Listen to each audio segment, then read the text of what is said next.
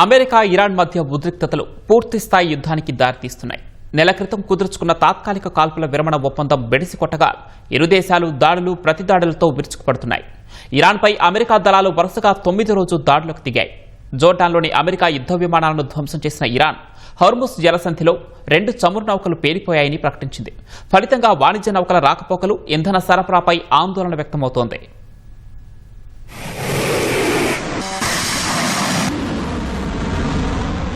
America Iran దాడులతో మధ్యప్రాచ్యం అట్టుడుకుతూనే ఉంది. ఇరాన్పై వరుసగా 9వ రోజు దాడులు చేసినట్లు అమెరికా ప్రకటించింది.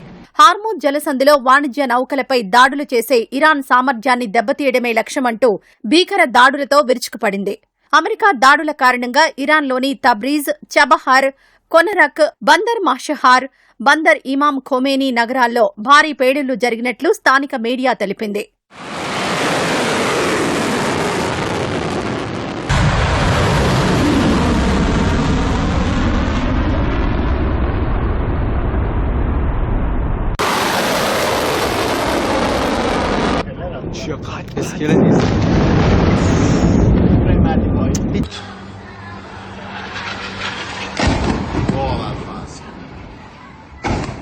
అమెరికా దాడులకు ప్రతిగా Iran Islamic revolutionary guards corps తీవ్రస్థాయిలో విరుచుకుపడుతోంది. జోర్డాన్లోని అఖాబా విమానాశ్రయంలో ఉన్న అమెరికా విమానాలతో పాటు కువైట్, సిరియాల్లోని అమెరికా సైనిక స్థావరాలపై బాలిస్టిక్ క్షిపణులతో దాడులు చేసినట్లు ఇరాన్ ప్రకటించింది.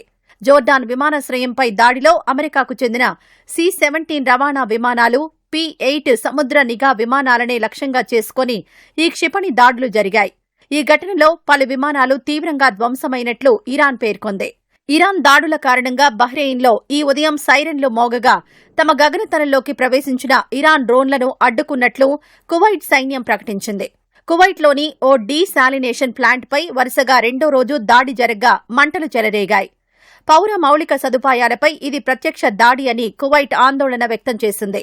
మరోవైపు ఇరాక్ ఉత్తర ప్రాంతంలో కూల్చివేసిన ఇరాన్ డ్రోన్లోని పేలుడు పదార్థాలను నిర్వీర్యం చేస్తుండగా ఒక అమెరికా సైనికుడు మరణించాడు.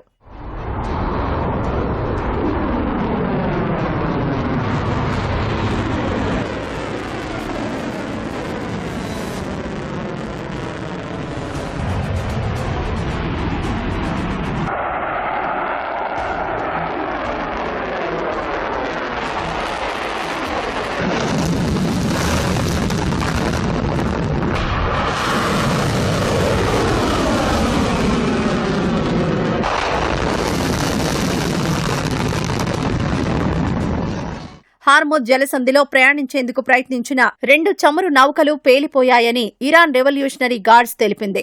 అమెరికా ప్రోద్బలంతోనే ఆ నౌకలు సురక్షితం కాని మార్గంలో వచ్చాయని ఆరోపించింది. ఈ ప్రాంతంలో అమెరికా దురాక్రమణ కొనసాగినంత కాలం జలమార్గం సురక్షితంగా ఉండదని, పెట్రోకెమికల్ ఉత్పత్తులు కానీ, ఒక్క చుక్క చమురు కానీ దాటనివ్వబోమని ఇరాన్ హెచ్చరించింది.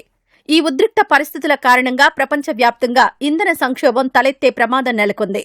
అంతర్జాతీయ జలమార్గమైన హార్మూజ్ జలసంధిపై ఇరాన్ ఆధిపత్యం చెలాయించాలని చూసినంతకాలం అమెరికా ధీటుగా బదిలిస్తుందని అమెరికా విదేశాంగ మంత్రి మార్కో రూబియో స్పష్టం చేశారు.